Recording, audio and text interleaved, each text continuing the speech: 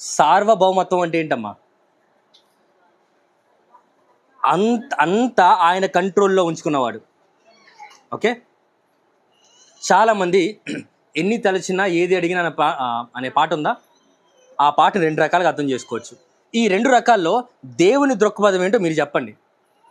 మొదటిది, మేము ఏం చేసినా కానీ ఆయన ఏం చేయాలను, మేము ఎంత ప్రయత్నించినా ఎంత చేసినా కూడా ఆయన ఏదో చేయాలనుకుంటున్నాడు, ఆయనే చేసుకుంటూ వెళ్ళిపోతాడు. ఇది మొదటిది. రెండోది, నా జీవితంలో ఎంత కష్టం ఏదైనా కనిపించని నా దేవుడు నన్ను ఇక్కడి నుంచి తప్పించి ఖచ్చితంగా పరలోక రాజ్యం చేరుస్తాడు. ఏదేమైనా జరగని నా దేవుడు చేతిలో అంతా కంట్రోల్లో ఉంది, నన్ను ఖచ్చితంగా పరలోక రాజ్యం తీసుకెళ్తాడు. ఇది రెండోది. దీంట్లో ఏది తీసుకోవచ్చు? చాలామంది ఇలా బతుకుతారు. ఎలా అంటే, మేమేం ప్రయత్నం చేసినా అండి దేవుడే చేయాలనుకున్నా చేసుకెళ్తాడులేండి. నిరీక్షణ లేని నిరుత్సాహంగా ఏదో ఆయన చేసుకుంటే వెళ్ళిపోతాడులేండి. మనం ఎంత ప్రయత్నించినా ఆయన ఒక నియంతలాగా, ఒక మూర్ఖుడిలాగా ఇక మా గురించి ఏం పట్టించుకోడండి, ఆయన చేసుకోవాల్సింది ఆయన చేసుకుంటూ వెళ్ళిపోతాడు అన్నట్టుగా చాలామంది ఆలోచిస్తారు. అది సరైన భక్తి కాదు. నీ దేవుడు ఏంటో నీకు అర్థం కాలేని స్థితి. నిజంగా అర్థమైందా?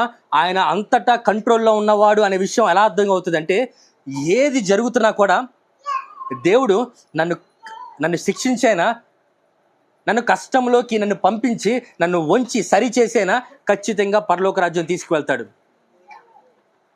ఆయన సార్వభౌమత్వానికి పునాది ఒకటి ఉందమ్మా, ఆయన ప్రేమ. మనం తప్పు చేస్తున్నా నీ ఇష్టం వెళ్ళిపో అన్నాడు అనుకో, ఆయనకి ప్రేమ ఉన్నట్ట? ఏమ్మా, ఒకరికి అర్థమైందా? ఒకలే చెప్పాలనుకున్నారా?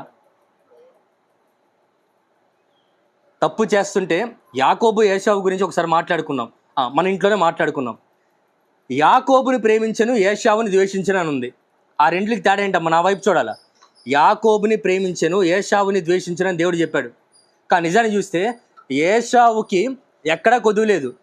యాకోబు వచ్చి, అయ్యా నువ్వు ఆస్తి తీసుకో అంటే, బాబు దేవుడు నాకు అంత సమృద్ధి ఇచ్చాడు అని చెప్పాడు.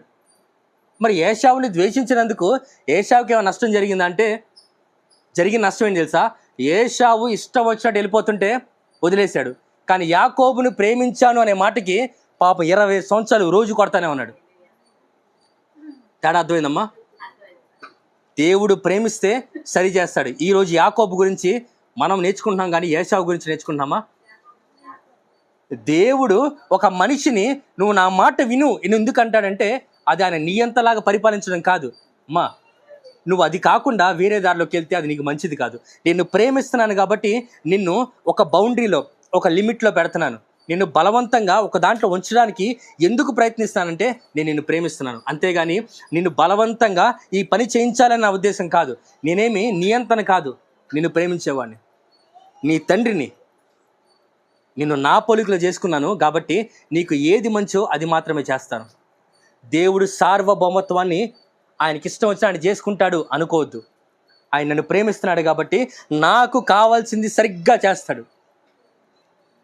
నా ఆత్మీయ తండ్రి ఎప్పుడు ఈ మాట చెప్తాడు. మనకేం కావాలో మనకు తెలియదు, కానీ దేవుడికి తెలుసు. మనకి ఎవరు వస్తే, ఎవరు ఉంటే కరెక్ట్గా ఉంటుందో మన జీవితం మనకు తెలియదు, కానీ దేవుడికి తెలుసు. కాబట్టి ఆయన కోసం, ఆయన చిత్తం కోసం వెయిట్ చేద్దాం.